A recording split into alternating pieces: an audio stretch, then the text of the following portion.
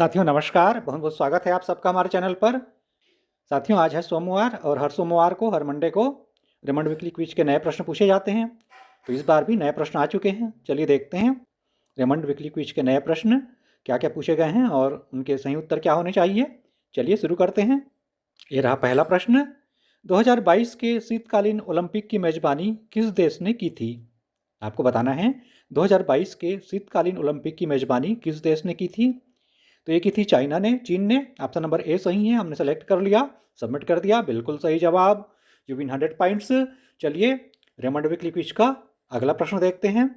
प्रश्न क्रमांक दूसरा। संयुक्त राज्य अमेरिका के राष्ट्रपति कौन हैं?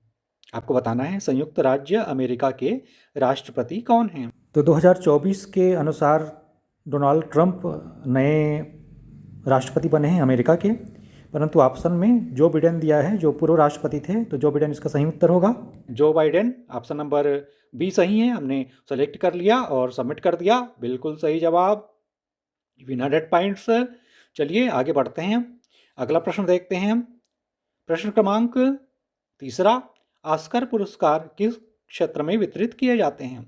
ऑस्कर पुरस्कार किस क्षेत्र में वितरित किए जाते हैं? तो जैसा कि आप सभी जान रहे हैं, ये सिनेमा से संबंधित है। तो ऑप्शन नंबर सी सही है, हमने सेलेक्ट कर लिया और सबमिट कर दिया, बिल्कुल सही जवाब। 100 पॉइंट्स पुनः मिल जाते हैं। चलिए आगे बढ़ते हैं, अगला प्रश्न। प्रश्न क्रमांक चौथा। मस्तिष्क के सबसे बड़े भाग को क्या कहा जाता है? प्रश्न आपने देख लिया, मस्तिष्क के सबसे बड़े भाग को क्या कहा जाता है? तो ये कहा जाता है cerebrum. Cerebrum, option number D सही है, सेरिब्रम इसका सही उत्तर है, ऑप्शन नंबर डी। हमने सेलेक्ट कर लिया और सबमिट कर दिया, बिल्कुल सही जवाब। 100 पॉइंट्स पुनः मिल जाते हैं। चलिए आगे बढ़ते हैं, आज का पांचवा प्रश्न। एक सप्तभुज की कितनी भुजाएं होती हैं? एक सप्तभुज की कितनी भुजाएं होती हैं? तो जैसा कि नाम से ही स्पष्ट हो रहा है, सप्तभुज यानी 7, सप्त यानी 7। ऑप्शन नंबर 7 इसका सही उत्तर होगा, ऑप्शन नंबर बी। हमने सेलेक्ट कर लिया और चलिए सबमिट कर देते हैं, बिल्कुल सही जवाब। चलिए आगे बढ़ते हैं, रेमंड वीकली क्विज का अगला प्रश्न देखते हैं। किसी क्रिया को दर्शाने वाले शब्द को क्या कहते हैं? किसी क्रिया को दर्शाने वाले शब्द को क्या कहते हैं? तो इसको कहा जाता है क्रिया या वर्ब। ऑप्शन नंबर सी सही है, हमने सेलेक्ट कर लिया और सबमिट कर दिया, बिल्कुल सही जवाब। 100 पॉइंट्स मिल जाते हैं। चलिए आगे बढ़ते हैं, अगला प्रश्न। अगला प्रश्न पूछा गया है, दीपा कर्माकर किस खेल के लिए जानी जाती हैं? आपको बताना है दीपा कर्माकर किस खेल के लिए जानी जाती हैं। तो ये जानी जाती हैं आर्टिस्टिक जिम्नास्टिक के लिए। ऑप्शन नंबर ए सही है, हमने सेलेक्ट कर लिया और सबमिट कर दिया, बिल्कुल सही जवाब। 100 पॉइंट्स पुनः मिल जाते हैं।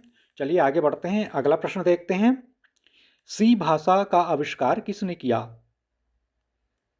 आपको बताना है सी भाषा का आविष्कार किसने किया। जो कंप्यूटर भाषा है, सी भाषा, प्रोग्रामिंग लैंग्वेज, तो इसका आविष्कार किसने किया है आपको बताना है। तो सी भाषा का आविष्कार किया डेनिस रिची ने। ऑप्शन नंबर डी सही है, Dennis Ritchie, option number D इसका सही उत्तर होगा। हमने सेलेक्ट कर लिया और सबमिट कर देते हैं। चलिए हमने सबमिट कर दिया, बिल्कुल सही जवाब। 100 पॉइंट्स पुनः मिल जाते हैं। साथियों वीडियो यदि आपको पसंद आ रही है तो लाइक और शेयर जरूर कीजिएगा। चलिए आज का 9वां प्रश्न देखते हैं। किसी आकृति के चारों ओर की कुल दूरी को क्या कहा जाता है? किसी आकृति के चारों ओर की कुल दूरी को क्या कहा जाता है? तो इसको कहा जाता है परिमाप। ऑप्शन नंबर ए सही है, हमने सेलेक्ट कर लिया और सबमिट कर देते हैं। चलिए सबमिट कर दिया, बिल्कुल सही जवाब। साथियों वीडियो यदि आपको पसंद आ रही हो तो लाइक और शेयर जरूर कीजिएगा। चलिए आज का फाइनल क्वेश्चन देखते हैं। ऑप्शन नंबर प्रश्न क्रमांक 10वां। महाभारत के लेखक कौन हैं? आपको बताना है महाभारत के लेखक कौन हैं। तो महाभारत के लेखक हैं महर्षि वेदव्यास। ऑप्शन नंबर बी सही है, हमने सेलेक्ट कर लिया और चलिए सबमिट कर देते हैं, बिल्कुल सही जवाब। इस तरह से कुल 1000 पॉइंट्स मिल जाते हैं। तो साथियों यह था रेमंड वीकली क्विज और उसमें पूछे गए प्रश्नों के सही उत्तर।